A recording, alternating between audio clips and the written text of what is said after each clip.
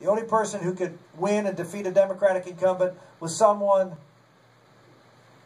who painted a strong alternative vision. Someone who believed in the greatness of the American people, not the greatness of the government. Someone who believed in limited government and the unlimited potential of the American people. Someone who believed in a strong America overseas. Someone who believed in the shining city on the hill.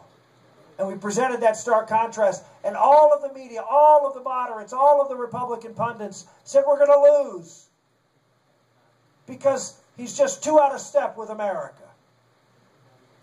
And he crushed Jimmy Carter in 1980, and his name was Ronald Reagan.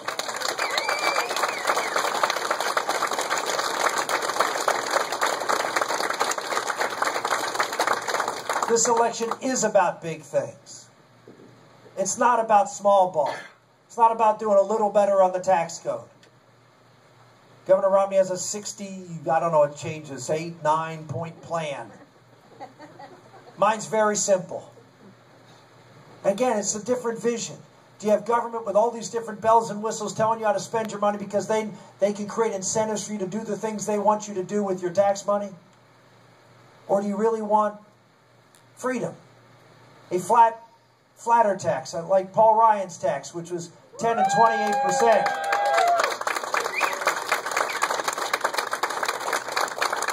I was the first candidate in this race a year ago when Paul introduced his first budget. That I immediately said I would support it and vote for it and endorse it. Now, nobody paid any attention because I was about 2% in the polls, but I did. And I've said it again. I'll support his budget. It's the right approach to reduce this budget deficit and get this economy growing again. And so, I believe in simplified tax code, eliminating six rates, going to 2, 10 and 28%, 5 deductions, children, charities, pensions, health care, and housing. Cut the corporate tax in half to 17.5%, make it a flat tax. No exemptions and exclusions, simple tax. Fill it out on a postcard. Imagine that.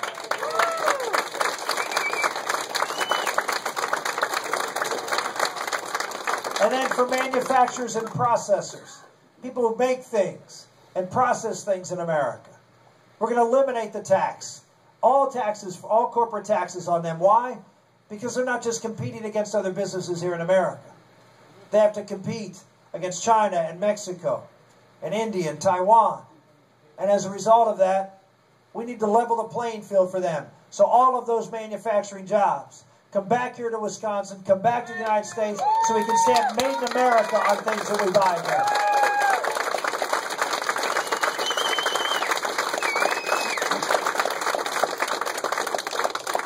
That's not a 68-point plan. It's something that's simple, just like Reagan's tax cuts. Very simple. And it talks to people, like the Wall Street Journal said. He called it supply-side economics for the working man. People in America go out who are feeling, blue-collar workers are in many cases feeling left behind in America, not having the opportunities to be able to do well. But they're looking for someone who understands their plight, who understands the plight of folks who may not be going up the income ladder as easily as they once did. Well, this will create an opportunity for folks to grow things and process things, to mine, to timber, to drill, and to make things. Which, of course, what does that mean to rural and small-town America? Economic lifeline, revitalization of the economies that built these communities, resources, and manufacturing. Ladies and gentlemen,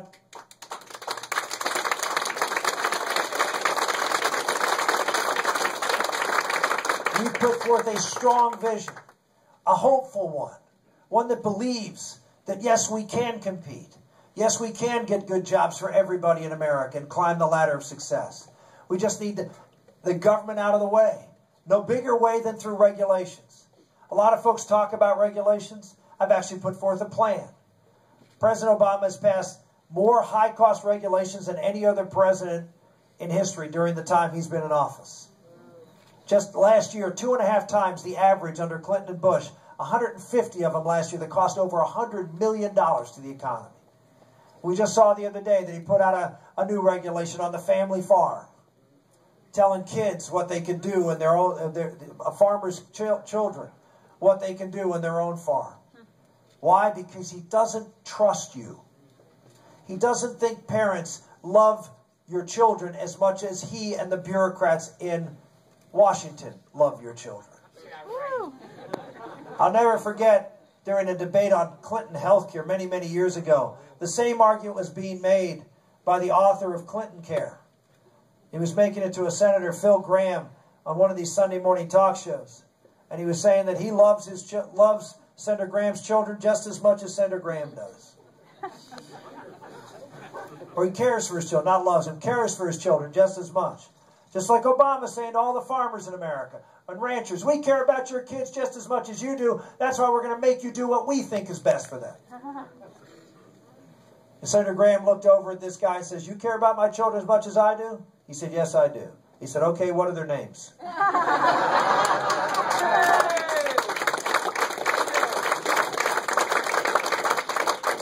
I care about your children enough to trust you to care for your children better than I do.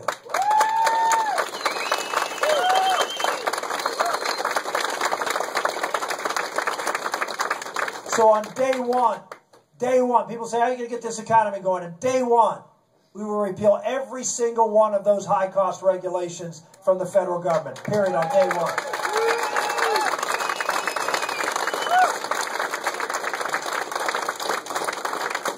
Folks, we will have an economic plan that is hopeful and optimistic.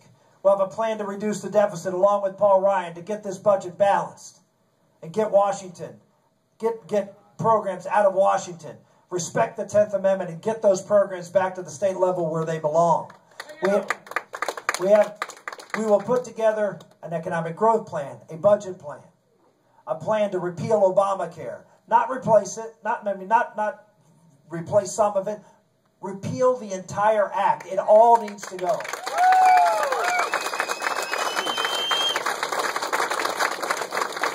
And we will replace it with something that believes in you, not government and bureaucracies.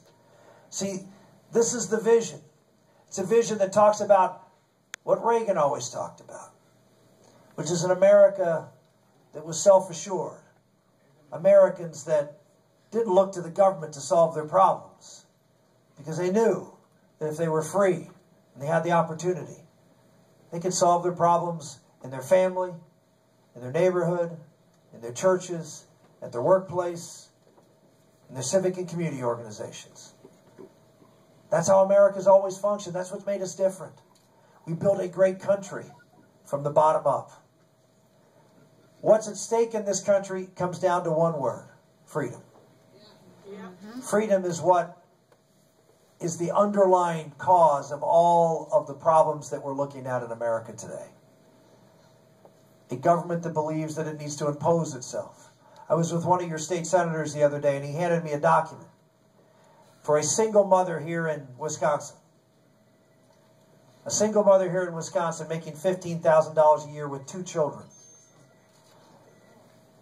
The people of Wisconsin provide benefits to that mother equivalent to $32,000 a year. Who needs a husband and a father? Because if you have a husband and father, all those benefits go away. They all go away. The government is not the solution. The government repeatedly, whether it's the family, whether it's the small business, whether it's the family farmer, the government is the problem. Either taking away your freedom or making you dependent upon the government for your life. That's the heart of what the problem is. And we need someone who's going to go out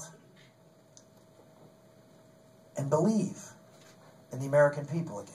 Someone who's going to lift up our eyes as to what we can be and should be in passing that torch to the next generation. I always talk about how our country was founded on the principle. And I said this yesterday at the Supreme Court, and it got all sorts of articles written. Oh, some of the crowd was yelling, health care is a right. So a reporter says, health care a right? I said, rights don't come from the government. Basic rights come from one place. And we established that.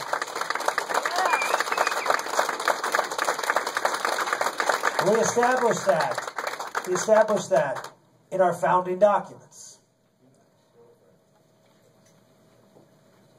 I heard just people call it out, and I said, you know, one of those founding documents was the United States Constitution. Constitution is the operator's manual of America. It's the how of America, how the government's going to function. But the Constitution is a document that needed another document for it to achieve the success that it has in America. It's another document that it's tethered to, in fact, anchored to.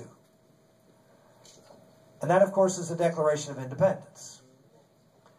And it's there, in these words, that makes America different than any other country in the history of the world. There's a lot of other constitutions written in the world that are similar to the American Constitution, but they aren't anchored to what our Constitution is anchored to, which makes us different. And it's the words that you all know and were taught. We hold these truths to be self-evident, that all men are created equal, that they are endowed by their Creator with certain unalienable rights, among them life, liberty, and the pursuit of happiness. The Constitution does not provide us rights. The Constitution recognizes the rights that God has already given us, that are written on the heart of every person.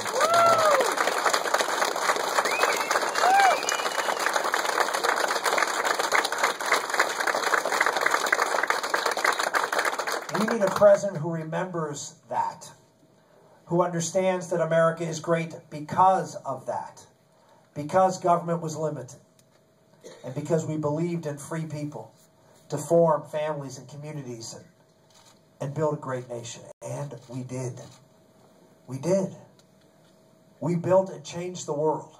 We changed the world. For 2,000 years prior to America, life expectancy in the world was 35.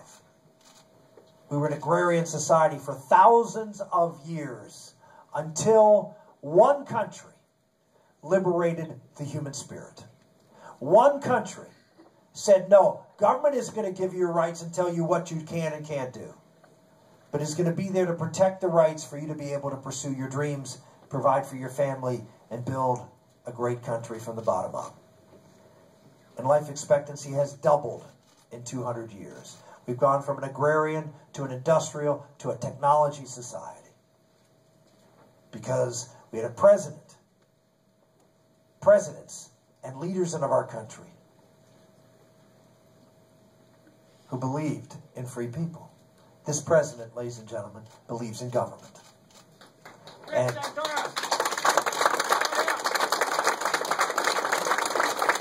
so, my plea to you is to do what our founders did when they signed that declaration. They wrote at the bottom, we mutually pledge to each other our lives, our fortune, and our sacred honor. Because they knew it would take a lot, everything, to win freedom. And they signed that. And they won that freedom, and every single generation since has had the duty to maintain that freedom. Some have had an easy job. Others have had unspeakable hardship to keep freedom alive. This election will go down, in my opinion, as the freedom election. Whether we will be the generation of Americans, that will meet the challenge of maintaining freedom in America. If we lose this election, Obamacare is implemented, every single American becomes dependent upon the federal government for your health and your life, and freedom as we know it is over. Because you will be dependent upon government for your very existence. And once that happens, folks, they got you. Understand how big this is. Understand how big this issue is. Understand how big this election is. And understand how big a role Wisconsin is about to play in it.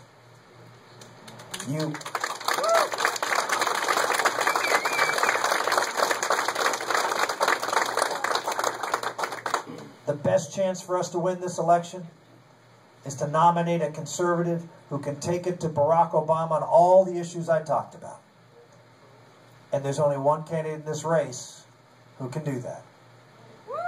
And if that candidate is able to win Wisconsin, in spite of all the odds, all the money, all the pundits, all the media, Wisconsin will send a sound around this country like the sound of Lexington and Concord. You will be the shot heard around the world.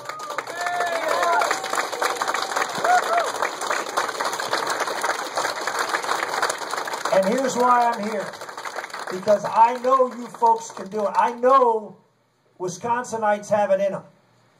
Because you have a governor who sent a shot around the world.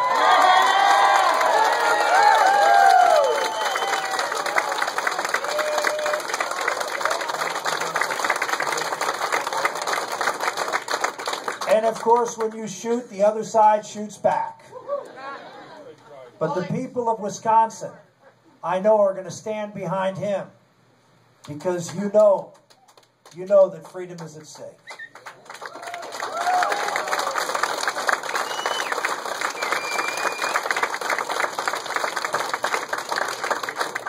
So I ask you for your vote. But more than that, your honor is on the line. The honor of you who have been given this great gift of freedom to be the generation that continues to pass it on. You need to do more than just vote. That isn't enough. You got 1 week. You'll be getting 50,000 robocalls. You'll be hearing negative messages every single day of those who have nothing positive to say about the future of our country. I stood on the steps of the Supreme Court. Mitt Romney was 3,000 miles away and never mentioned repealing Obamacare. I will make Obamacare the central issue. The only way we're going to repeal Obamacare is if we make this race about what Obamacare is going to do to this country, and we have a mandate to repeal it. Mitt Romney cannot make that case. He cannot make it the central part of this race. He can't, because he's complicit. We want to win. We want to repeal. If you want to repeal Obamacare, that's the issue. There's only one candidate who can do that. Effectively make this race a mandate for repeal. So I ask you, not just to vote for me, but to go out and do everything you can. Go on our website. Make a donation if you can. Sign up for our Call at Home program. You can plug a headset into your phone, into your computer. You can call people all over the state of Wisconsin. We have people all over the country calling into Wisconsin. We want people who actually sound like people from Wisconsin, though, calling into Wisconsin. All right? So make those phone calls. Talk to your friends and neighbors. I'll be saying hi to everybody here. Take some pictures. Put them up on Facebook. Communicate. Talk to your friends at church, to your neighbors. Make a difference in the next week.